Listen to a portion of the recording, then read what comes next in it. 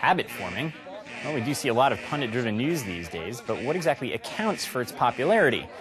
Well, we hired our own neuroscientist, a guy named Dr. Carl Marcy, to perform a little experiment on our behalf to find out.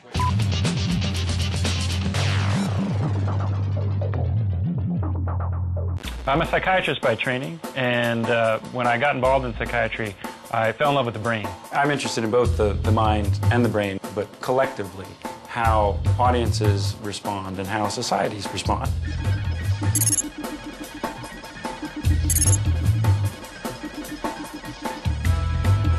But the basic nature of America... Different kinds of news can dramatically change the way people respond on an unconscious level.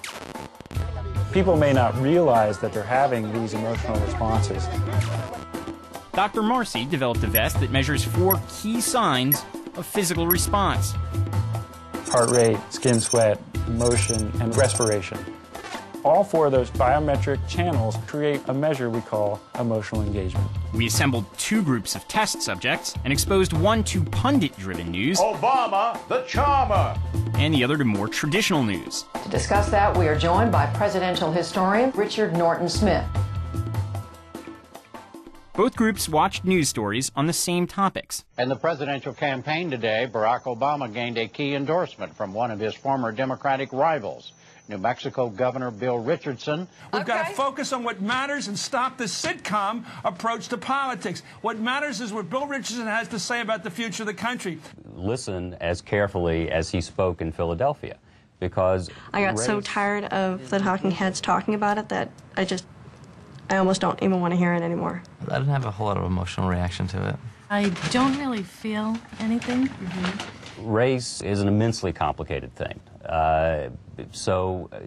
We certainly know that they gave black men syphilis during the Tuskegee It doesn't experiment. make any difference. Every country has done things in their past that you can justify insane remarks and actions now. But that's When I was watching Bill O'Reilly, I think that was probably the strongest emotional reaction that I had. I was angered. It's difficult. I do find it stressful because I can't respond. I want to get into this debate. I want to have my say. Do these very things. They've never done those very things.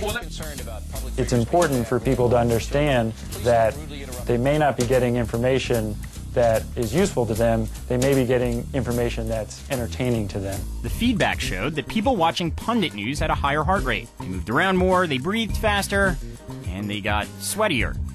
All of which means they were more emotionally engaged. This will set back racial relations in this country 2 decades. This kind of emotional engagement causes the brain to form deeper conscious and subconscious memories. And if your conscious memories are of this, That's a bunch of crap. I've done more for the 9/11 families. you've got to wonder, are these biases entering your subconsciousness as well? You keep your mouth If I shut. was sort of on the fence about something, to O'Reilly come at me with his very right-wing, views, I see how one too many of those sort of can shift me a little bit more to the right. So pundit news wins the battle of emotional engagement across the board. I think people underestimate the political biases that exist and that get internalized on an unconscious basis.